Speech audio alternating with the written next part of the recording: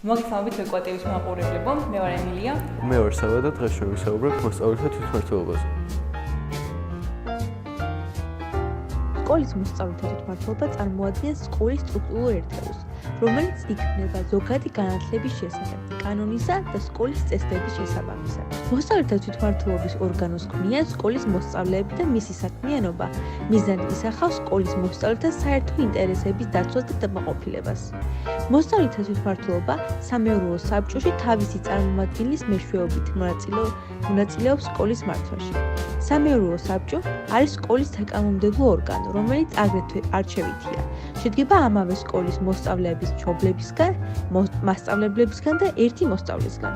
დემოკრატიული მმართველობის ეს შესაძლებლობა მოითხოვს სკოლის დირექციისა და მოსწავლეთა თვითმმართველობის აქტიურ თანამშრომლობას. სკოლის დირექცია, რომელიც ასრულებს სამეურვეო საბჭოს გადაწყვეტილებებს, ხელმძღვანელობს სკოლას, ახორციელებს სკოლის მართვასთან დაკავშირებულ პროცედურებს და ამკვიდრებს სკოლის ფუნქციონირების მაღალ სტანდარტს, გადამწყვეტ როლს ასრულებს მოსწავლეთა თვითმმართველობის წარმატებულ საქმიანობაში. მოსწავლეთა თვითმმართველობის არჩევნები ტარდება თანასწორობის საფუძველზე. ფარული კენჭის წყლით, გამჭვირვალობით და კლასების მიხედვით მოსწავლეთა თანაბარი წარმომადგენლობის პრინციპების დაცვით. საბაზრო და საშუალო საფეხურის მოსწავლეთა თვითმმართველობის არჩევნები, რომლის ჩატარების თარიღს ნიშნავს სამეურვეო საბჭოს თავმჯდომარე. ტარდება სასწავლო წლის დაწყებიდან არაუგვიანეს 1 თვის განმავლობაში. სკოლის საბაზრო და საშუალო საფეხურის თვითმმართველების არჩევებამდე თითოეულ კლასში უნდა აირჩიეს კლასის თვითმმართველი. კლასის არჩევამდე კანდიდატებს უფლება აქვთ ქონდეს წინა საარჩევნო კამპანია და გაწიონ აგიტაცია, მაგრამ ამან არ უნდა შეუშალოს ხელი სასწავლო პროცესს.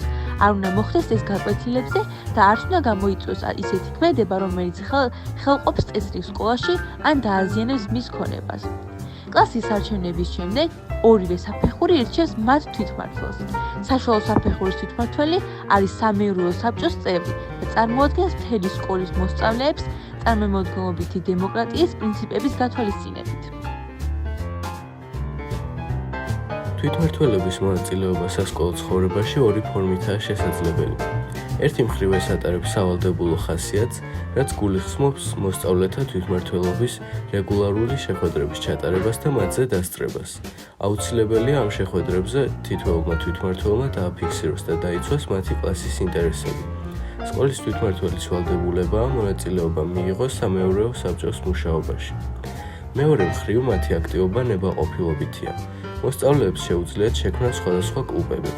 საჭიროა თანახმა იყოს წევრთა მეხუთედი ან მეტი, შექმნან და განახორციელონ პროექტები, დაგეგმონ აქტივობები და ჩაატარონ შეჯიბრები. ვეკოა სკოლაში თვითმმართველობის მიერ განხორციელებული პროექტებია, მაგალითად სასკოლო ტელევიზია ვეკოა TV და ასევე უამრავი კლუბი, რომელთაგანაც ყველაზე დიდი არის იმპოსტერუმ. ასევე მოსწავლეთა თვითმმართველობის ინიციატივით გაიზარდა გაკვეთილებს შორის შესვენებების ხანგრძლივობა და მოეწყო მესამე სართულის ფოიე დემოკრატიის სივრცე. სკოლა მოსწავლეების ინიციატივით იყიდა მყავჭიდის მაგირა და მათივე სურვილით ჩაატარა მყავჭიდის ჩემპიონატი. ეს მხოლოდ მცირე ჩამონათვალია იმისა, თუ რამდენი რამ გაკეთებულა მოსწავლეების ინიციატივით წინა წლებში.